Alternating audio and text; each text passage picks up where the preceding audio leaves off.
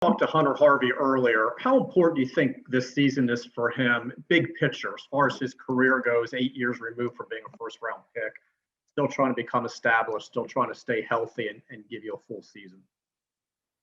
Yeah, I think we all know how great of an arm he has and how important he is to us. But like I've been saying for a couple of years now, it's really about him establishing health and him being able to pitch for a full season. And it's just something he's had a tough time with for a lot of reasons over the course of his career. And I know he's ready. This is the best he's ever felt, and he's come in camp looking great, looking really strong. So yeah, he's a big piece for us. We really believe in him and his arm and his makeup. So yeah, the bottom line is try to keep him healthy. Rich, you can go ahead. Hey, Brandon, I know you're weeks away from having to think about the final composition of the roster, but how important with a 26-man roster is versatility going to be when you're looking at the bench players, especially if you only have three, if you go with 14 pitchers, you only end up with well, definitely if we go with 14 pitchers, there's no doubt about it. The more pitchers you have, the more versatility we're going to need from our position players. But yeah, I think that we're entering a season unlike any other that we've entered, and that the season was so short last year. So I think there's so many question marks regarding pitchers, pitch usage, how much how pitchers are going to react during a 6-month season after an interrupted season last year. So I think versatility on the mound, guys are going to be able to cover you innings, as well as versatility on the field, guys being able to play in multiple positions, because you might be pitcher heavy on your roster during the season. So guys that can play multiple positions are always there at a premium, but even more so this year. Joe Trezza, you're up.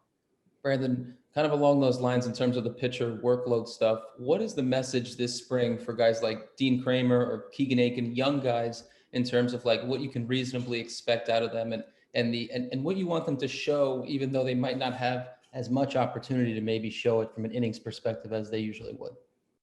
Well, I think right now we're not giving them any sort of limit, or we're not talking about limiting them in any way. I think we're going to see how the season progresses, and we'll have conversations, but that's down the road. Right now, I just want them to get ready for the season, focus on breaking camp healthy, focusing on improving every single day. They've only been in the big leagues for a month, so it was a great experience for both of them, and now it's about making this club and being a part of the rotation, and it's just trying to continue to improve.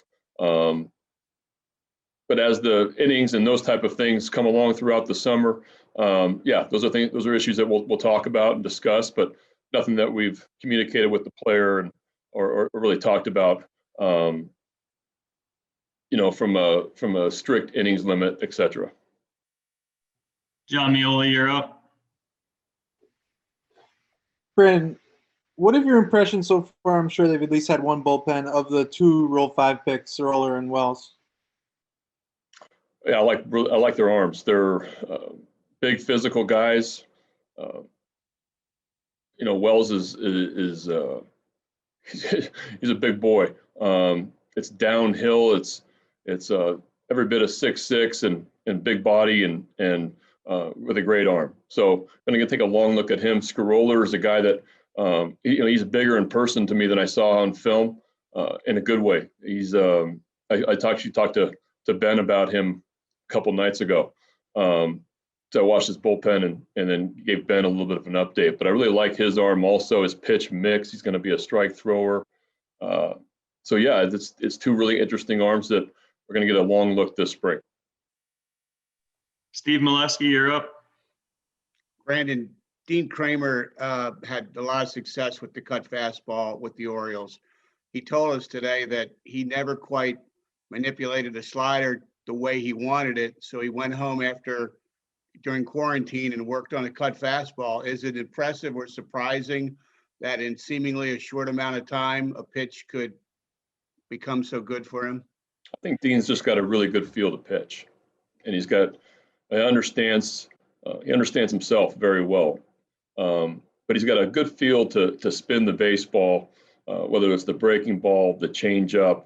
I think he's got a really good feel for his delivery, and it's pretty advanced. So him working on something, understanding what he needs to work on, and following through and getting it, I think that's not a surprise to me, just because I think he's a real student of pitching and student of pitch design, etc.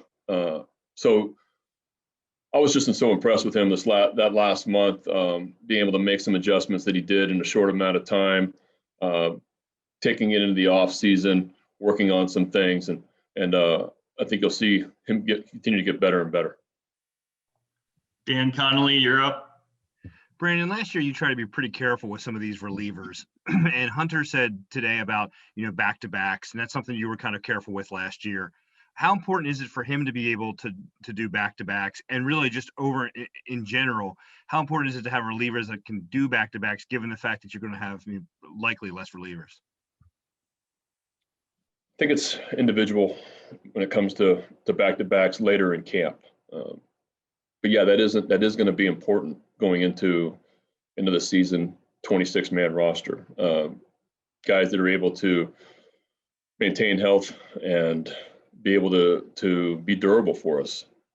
That's not something that I'm going to push in spring training with some. It's something that maybe we'll wait for the season to start and then continue to monitor and someone like Hunter, I just want him to be healthy. So if that means he does no back-to-backs in spring training, and I wait till the season, or we don't do it during the season with him, I don't know yet. But it's just he's going to be somebody we monitor closely. And like I said, it's just going to be an individual. It's going to be all individual on how we really ramp these bullpen guys up. Rich with a follow-up. Hey, Brandon, what are your impressions so far of Rutschman from what you saw a year ago to where he is now? I've only seen him in the intake trailer. Look good there. Nathan Ruiz, you're up. Hey, Brandon, earlier you mentioned that Dean's kind of a student of pitch design, I think was how you put it. Is that something you see more with guys in this organization than maybe you did in the spring of 2019? I just think it's something you're seeing more with younger players throughout the league. I think that with the advanced knowledge of analytics, the guys going to, pitching, drive line, et cetera, guys going to places to try to develop their pitches more, to try to work on something during the offseason. That wasn't around 15, 20 years ago.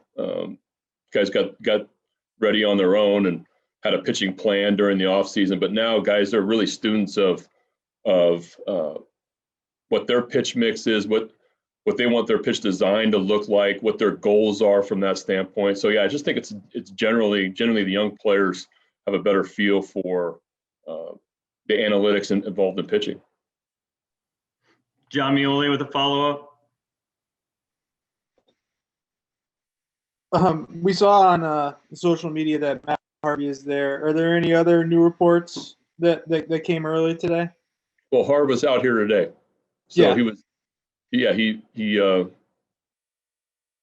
stretched and played catch. So we're gonna ramp him up when he's ready. Yeah, it was good to see him and seen him on the other side of the field, but never met him. And it was nice to meet him and looking forward to watching him pitch this spring. Any position players start early today? Rio Ruiz was out there today. Who else was out there? I think it was the same. Yeah, same as yesterday. I think adding Rio. If I didn't mention Rio yesterday.